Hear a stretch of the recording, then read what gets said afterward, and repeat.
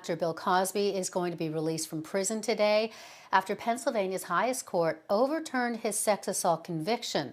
Legal analyst Boris Bytensky joins us with more. So, Boris, we're just learning some of the details of this, and it's a bit complicated, but seems that the court has overturned his conviction based on some kind of a deal that was made years ago with the prosecutor.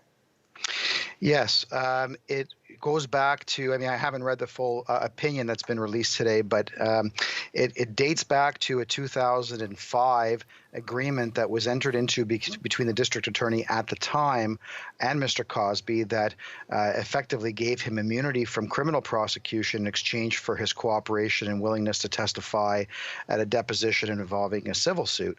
And of course, ultimately, that deposition, after it was taken, the evidence from that became a central part of the trial, of his criminal trial years later. So ultimately, this result was that it was effectively an unfair process. He was given certain assurances. It was a quid pro quo, and it really wasn't due process for him because he was compelled to participate. He was promised something, and then effectively the government went back on their promise and prosecuted him anyways. Well, and interesting, I don't know if we know this yet, but that agreement, whether or not that promise, I should say, whether or not that was made in writing or whether that was a verbal promise or that other people were aware of it. But it is interesting, Boris, and maybe you can explain, I know things work a little differently south of the border in law, but that the prosecutor is in a position, depending on a case, of saying you won't be charged. Yeah, and we've had some examples of that similarly in Canada. As one example that is very notorious is the Karla Homolka example. When she cooperated in the prosecution against Paul Bernardo, she entered into an agreement, that was a written agreement, in exchange for her testimony. She was allowed to plead guilty to a manslaughter charge and received a 12-year sentence instead of being prosecuted for murder. So this is obviously a very different scenario factually, but a similar idea. And the reports that I've read today are that this was a written assurance, promise, agreement, whatever you want to characterize it as. But the bottom line is there has to be some kind of quid pro quo. We promise you this in exchange for you doing something else. And in this case, Mr. Cosby apparently was promised that he wouldn't be prosecuted in exchange for participating in that civil process, which he did. And I mean, I know that there's a lot of people that are very upset at today's decision. There are many women who came forward and described their abuse by Mr. Cosby. This decision today doesn't speak to any of those allegations. It doesn't suggest that he is factually innocent of anything. It simply is a reflection of the due process that we should insist on for our entire criminal justice system, both here and south of the border, that if you make somebody give up their right to silence by promising them something, it's quite unfair to then go back on that promise, and that's the decision that was made today.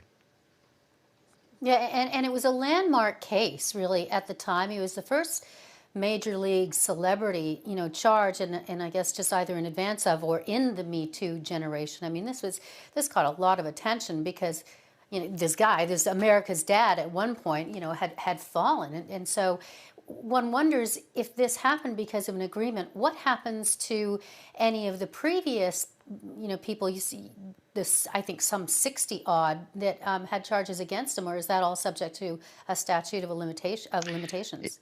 Yeah, without knowing the details of every one of them, I think all are, if not all, then nearly all are going to be covered by a limitations problem. I think that was the problem with many of the allegations, that they couldn't result in charges at the time because of limitations issue with many or most of them.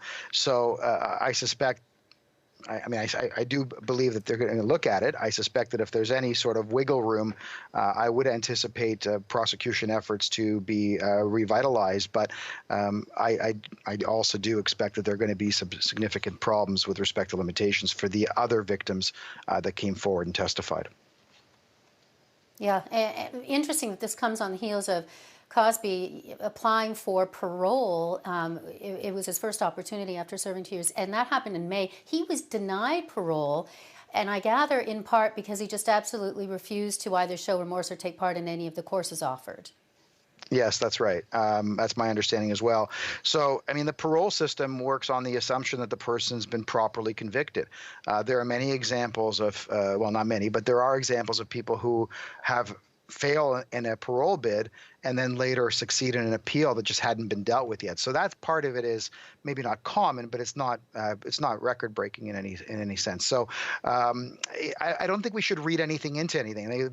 This decision from Pennsylvania Supreme Court does not speak to Mr. Cosby's conduct. It doesn't say that the original jury was wrong to have found him guilty, that it was unreasonable in some fashion.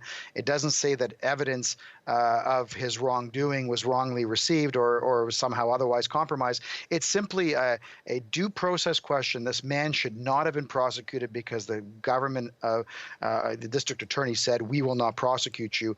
And Mr. Cosby relied on that assurance to effectively incriminate himself. Like I said, in his trial, as we all recall, his testimony that he gave during his deposition in the civil case was a very central aspect of the case against him. And I suspect the jury would have relied on it in finding him guilty.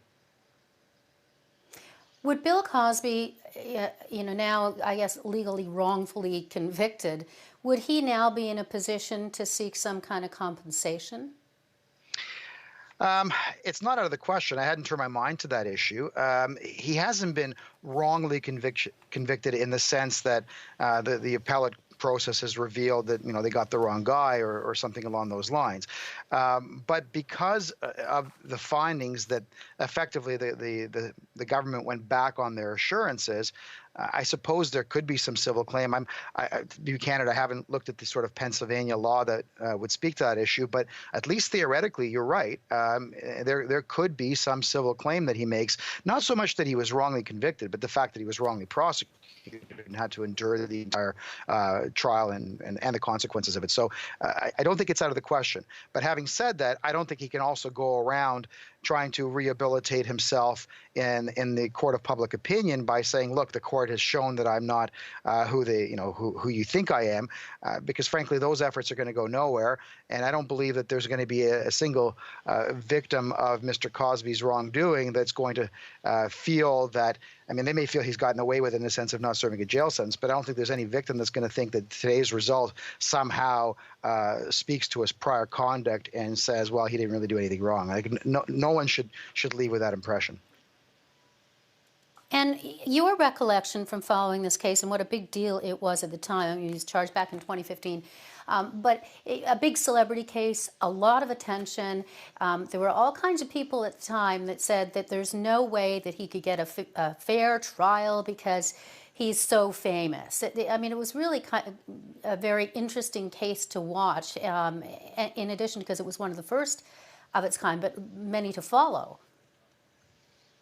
Yeah, and I guess we'll never know because that isn't a basis upon which the appellate court ruled. There was talk at the time originally that the appeals process might weigh in on whether or not it was appropriate to have tried him without a change of venue and whether or not the sort of prejudice from all the publicity denied him a fair trial. That is not, as I understand it, something that the appeals process has weighed in on. I don't think anybody has left with that takeaway. But not just Mr. Cosby's trial. There are other very high-profile cases, including the Minnesota that we just finished the case last week with the sentencing. That there really is a lot of I think legitimate questions that need to be asked about whether or not some cases need to be moved to a place where a jury may not have quite the same direct connection to the allegations that have been made. And so, when you talk about Derek Chauvin, when you talk about Bill Cosby, neither of those trials were moved to a different location, but that's a debate that's worth having. And I think there's some legitimate issues about whether or not you can have a fair trial in some of these high-profile cases without a change of venue.